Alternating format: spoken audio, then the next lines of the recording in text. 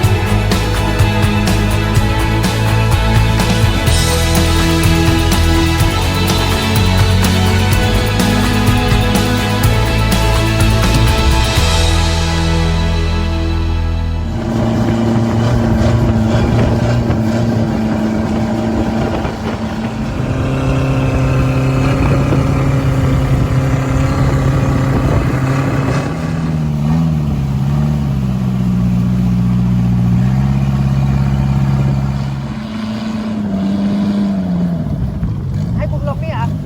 ให้กูลงนี่จะหมดประโยชน์แล้วสัตว์ไปเลยเชี่ยหมดประโยชน์แล้วไปเลยเฮียไปเลยสัตว์ไปเลยอ๋อ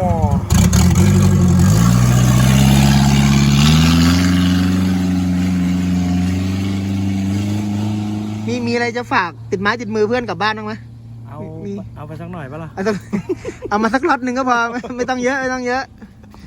ค่ขับรถกลับเรียน เดี๋ยววันหลังมาเยี่ยมใหม่แล้วตกลงมีเมียกี่คนนะ ฮะ ตกลงมีเมียกี่คนนะ เมียจังหวัดไหนอะ จังหวัดไหน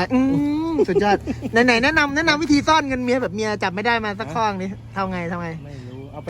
ฝากลูกอ๋ออ้างฝากลูกเติมเพชรให้ลูก เติมเพชรให้ลูกโอ้อ้างเกมเลย